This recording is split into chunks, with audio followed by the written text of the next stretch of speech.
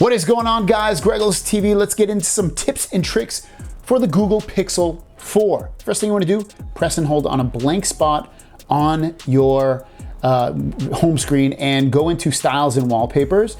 And this is going to be how you can easily change your wallpaper. You're going to have some ones that you can just change really quickly. You can change some to any of your photos. These Come Alive ones are going to be live wallpapers. And the Pikachu one's pretty cool because you can wave at your screen and it will wave back. And then you have some other ones that are very, very cool, very easy to get these installed, and also just they're free, so you don't have to mess around with anything. So all you do is just tap on it. You can even preview, see what it's going to look like. And then when you're done, just hit set wallpaper. When you do that, it's going to ask you if you want it to be just your lock screen or your home screen and lock screen. Going back into the home screen, pressing and holding again, going into home settings, you can come in here and change some things. So notification dots, if you have that on, it's going to show like a little dot if you have a notification next to certain apps. So if you had a phone call that you missed, you'd have a little dot on that app. Also within here, you can see if you want, when you download a new app, I like having this on, it's gonna automatically add that new app to your home screen. If you don't want that, just uncheck that right there. Display Google app to the left of the main home screen. What that means, if it's turned on, is when you swipe this way, it's gonna give you like a little Google feed of like news and things like that. I like having that there. It doesn't get in the way for me, and it doesn't lag or anything, so it's cool. Also within here, you also have the allow home screen to rotate. I have that turned off. Basically, if that's turned on, it means that when you're on your home screen, you can hold it like this and it'll automatically rotate for you. Again, I'm not a big fan of that, so I keep that completely turned off on there. And then other than that, the other thing we want to look at is at a glance. And what that is you can see at the top of your home screen, you can have calendar events show, you can have upcoming flight information, and also traffic information. And where that's going to show is right here. So I keep all that stuff on so that if I have something coming up in my calendar, it'll automatically show up there. If you don't want that to happen, you can turn it off in that little settings that I showed you. Next, let's swipe down from the top and go into settings by hitting this little gear right here. Now in here, we're gonna jump into next, we're gonna go into display. So in display, we're gonna check out, you see you have night lights. So if you want your screen to turn yellow at night, all you're gonna do, you can either schedule it or just turn it on now. But if you schedule it, you just tap on it and you can do like sunrise to sunset, or you can do it at a custom time if you want, and it'll automatically, for instance, start at 10 p.m. and end at 6 a.m. And again, I'll just make your phone turn a little yellow, and I'll just show you what it looks like real quick. When it looks like, just it's supposed to be easier on your eyes and help you not to, the blue lights to keep you up. Also within here, you have adaptive brightness. I don't like keeping this on. Basically what it does is it kind of changes the brightness of your display if you turn it on based on if it's dark in the room or really lit. Again, I just like it at a 70, or at least on this phone, it's usually like 70 to 80% brightness. And then outdoors, I change it to myself up to 100. Dark theme, that's where it's like gonna make all your settings menus and your notification menus dark, black. If you turn it off, you can see it's just gonna turn white. I like it dark. It's easier on your eyes. Also, you get better battery life. Also, if you click advanced, you can come in here and change your screen timeout. I set mine to 2 minutes sometimes. Well, lately I've been doing it at 2 minutes. It's the time that your screen will just automatically turn off. So if you want real good battery life, you can just do like 30 seconds or something like that. Just tap on it and choose it from there. And then colors. So you have different colors. If you want it to be more of a natural look, you can change that, or boosted, or adaptive is probably the brightest. Font size, I do change that just because for this phone, I don't know, the font's really small, so I change it to large, and if you want to change the font, that's where you do it. And then after that, lock screen display, let's check that out. That's going to be when your screen is locked. This is going to be where you see certain information like notifications and things like that. And you would go in here and you can have it do a couple of things. For instance, after face unlock, go directly to the last used screen. You can turn that on or off if you want right there. Lock screen, you can come in here and you can have it show all your notification content, or just show sensitive content only when unlocked, or don't show any notifications at all. So if you're trying to hide something from your significant other, that's probably the best version to choose. You also have Now playing is a really cool one. This is gonna be, it'll show songs that are playing nearby. So if there's like a song playing on the radio and you're at a restaurant or something like that, it'll actually show on your lock screen. Not 100% of the time, but it will show it a lot of the time. So if you want that, I would definitely set that to be on. And you can do now playing history. You can check this out to see what it's been playing lately, like what it's heard. And you can see it's heard all these songs around me, and you can click on it and you can go right into these different apps to listen to that music. On the main screen of lock screen display, you also have some other ones where you can reach to check your phone to keep that on. And then what that means is it's gonna show ready to check the phone. It's only gonna show it if you put your hand near your phone, and your phone will like notice your hand and it'll end up showing that information. Kind of a cool little thing to keep on.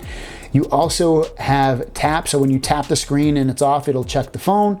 Also, when you lift the phone, it'll wake the screen up. Going back to the main screen of settings, next you wanna go into sound. And in sound, you have this. This is actually a really cool one. It's called live caption. If you click on that and you turn it on, it'll actually, any media that it hears, I tried it with music, it just says the word music, so it's not gonna do that with that. But if you, for instance, play a video, you'll see it's gonna automatically start capturing my words. On the side here, and I don't know, I like this case as well. I'm glad they gave it to me, and it works perfectly fine, feels good in my hand. I did so if you have trouble hearing, and you want to read the words, you can do that. I just wanted to remind you that if you leave a review for the so it works with podcasts as well.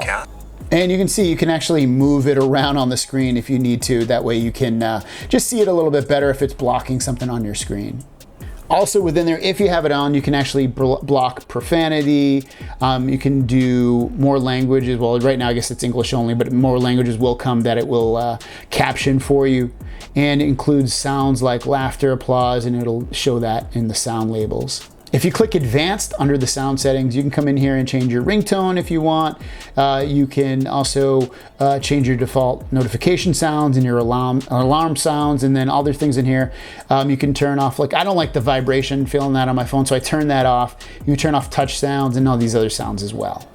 Next, let's go into security. And under security, you can see you can change your screen lock. Right now I have a pattern. So if you want to change it to something else, or you want to turn that off, you can do that. Also, you can go in here and lock the screen after a screen timeout. So 5 seconds after timeout, except when kept unlocked by smart lock. So you can change that, how quick the lock will actually take place, even though you locked your screen. Also under the security spot, you can come in here and do face unlock, or change that or remove that. And you can make it so it works with unlocking your phone or signing into apps and payment apps as well. Or you can have it skip the lock screen or not skip the lock screen. You can also always require confirmation when using face unlock, and apps always require a confirmation step. Or you can delete your face. So there's a bunch of stuff you can come in here and do with the face unlock. Smart lock is a cool one. So you can come in here and with face unlock, you can have the phone unlock when it's in a certain place, like a trusted place, like your house or something like that. Or you can do it with a certain device if you have certain Bluetooth devices. So very cool. I love smart lock. I always do that on all my phones. Going back to the main screen of settings, next what you want to do is go into accessibility. And I usually go into display size. I did with this one anyway, just again, because certain things are a little bit easier to see. If you're older or younger, you can even make it the things, larger or smaller on the screen as you see them. So there you go. If you want to, if you have bad eyes like me, you can go in there and change it so the items and things show up larger on your display. Let's jump into system. If you go into system and then you go into gestures, you're gonna see in gestures, you have tons of stuff here. So with the quick gestures, that's when you go like this, and you can do certain things. Like for instance, if you want to skip songs and you have this turned on, this will allow you to do those motion gestures that you want to change your music, do stuff like that. And you can also change the direction if you want it to go from left to right or right to left when you do that. Also, you have silence interruption. So if you want to silence something, you can just go like that as well. Handheld gestures, active edge is going to be when you squeeze the phone and it brings up your assistants. All you do is just squeeze the phone, and if you have it turned on, so you squeeze the phone and it brings up your assistant if that active edge is turned on. Jump to camera, this is a cool one. It's when you double tap the power button. If you have this turned on, your camera will load. So I'll double tap that and you can see my camera loaded. Flip camera if you have this turned on, so you can see if you go like this with your phone, it'll automatically launch your camera. I think double pressing the power button's easier. System navigation, this is a big one. So if you have on here, I have the 3-button navigation because by default it's set to gesture navigation, and you can see go back, home, and switch apps with buttons at the bottom. That's very traditional Android if you have that turned on. If you have gesture turned on, it gets rid of those buttons and you would swipe up to go home, or swipe up and hold a little bit to bring up your recent apps, and also swipe from the right to the left to go back. And I'll show you that real quick in case maybe you probably already have this set, but just to show you. So I'm gonna swipe up to go home. I'm gonna swipe up and hold to bring up my recent apps. I can swipe from the right to the left to go back. So there you go. That's how you can use your gestures, and maybe you'll like it, maybe you don't. I prefer the buttons at the bottom. Some other ones, we talked about this already, but tap to check the phone. If you tap the screen, you can see it'll show your notifications and the times and things like that if it's turned on. Flip to shush, what means is you grab the phone and you put it on its face. What it's gonna do, it's gonna turn the phone on to do not disturb, and you won't get any notifications or vibrations or anything like that. Prevent ringing, this is a cool one. So basically, if you have this turned on, if you press the power and volume up together, you can either have it vibrate the phone, turn it to vibrate, or you can have it mute. So you just literally press volume up and power button at the same time, and you can see it'll, right there, it says change notifications and ringtones to mute. Next is if you want to back up your phone. So I'm going to make sure it's on, or just tap on it, whatever, and you can turn it on here. And in here, you can back up your phone. You can see what it's going to back up. For instance, mine backs up my app data, my call history, my contacts, my device settings, my photos, videos, and SMS text messages. Also at the bottom here, if you want to check if you have a system update, you'll see system updates at the very bottom. Just tap on that and check for update, and it'll check if there's any system updates for your phone. Some other ones that you're definitely gonna wanna do is go into your camera, and when you're in your camera app, what you wanna do is hit more. So you see you have all these settings right here. You can do night side photos, you can do a portrait mode that makes the background blurred out. You have your regular camera app, you have your videos, and you have more. Tap more, and then you have even additional ones. You have panorama, you have photosphere, slow motion, time lapse, playground, and also lens. Now, if you want to check out some of these settings, for instance, if you're on video, if you want to get the settings now, you're going to see this little arrow. You're just going to pull that down and hit this little gear. Once you tap that gear, you can have camera sounds turn on or off, which I don't like camera sounds. I'm going to turn those off.